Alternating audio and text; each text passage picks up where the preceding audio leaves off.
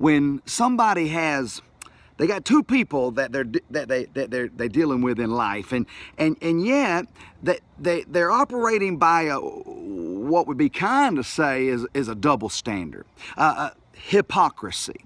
That they're showing partiality, something that the Bible says that Christians should never show. They are as it were operating in a function of being a respecter of persons. Once again, something that the Bible is very clear to say that God never is. So how can we be Christian and be a respecter of persons if Christ is not? And I'm talking about when something comes in their way. They show this person more grace than this person.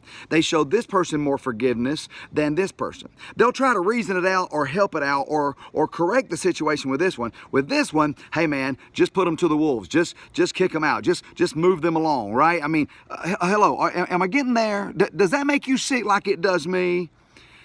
That's coming to my attention because our Bible reading today, John 8 through 10 in the 1 minute, onebaptist.org/devotional. Go to the Devo. By the way, the Devo's full of Jesus talking about how He is God. It is equipping for you. In case you're ever facing one of those false Jehovah's Witnesses at your door, you'll get enough equipping that they won't want to knock on your door anymore. Go there, get that, will you? Now, back to this story from John chapter 8.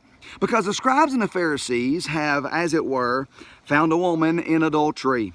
They bring her to the Lord, and it says in verse 4 when they bring, by the way, they're bringing her to Jesus to try to see if Jesus would contradict the law, right? So they bring him to her, and in verse 4 it says they said to him, Master. That lets you know they were hypocrites, right? Because he was everything but that to them. But they said, Master, this woman was taken in adultery in the very act, in the very act.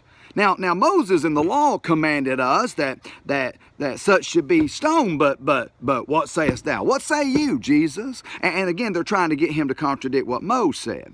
Well, when they're quoting Moses, they're quoting from the first 5 books of the Bible. So they're quoting Deuteronomy chapter 22. They're quoting Leviticus chapter 20. And so the Lord, what He does is He just reaches down in the dirt and He starts writing something on the ground. They're so pressing Him that they interrupt Him while He's doing that. So He looks up and He says to them, He says, and I'm paraphrasing, of course, He said, I tell you what, dude, ye who are without sin, how about you casting the first stone?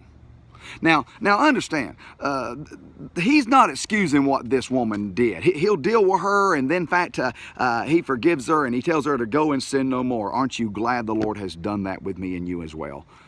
But He's not overlooking anybody's sins, including these scribes and Pharisees.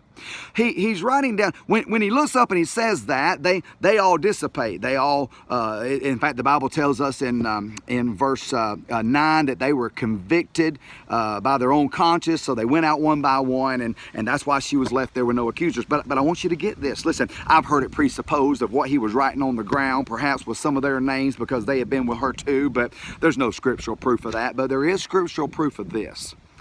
Leviticus 20 and verse 10, Deuteronomy 22 and verse 22. It talks about exactly that woman should be stoned back there, right? And that's Old Testament. Now look. But it don't just say her. It says that you're supposed to bring the adulteress and you're supposed to bring the adulterer so that they be stoned. But notice they're just bringing her, and we know that boy was there when they found her, because it wasn't like they heard she was in adultery, so they brought her to Jesus. No. It says this woman who was taken in adultery, in the very act. Are you getting it? Hello, we don't have to describe that, right?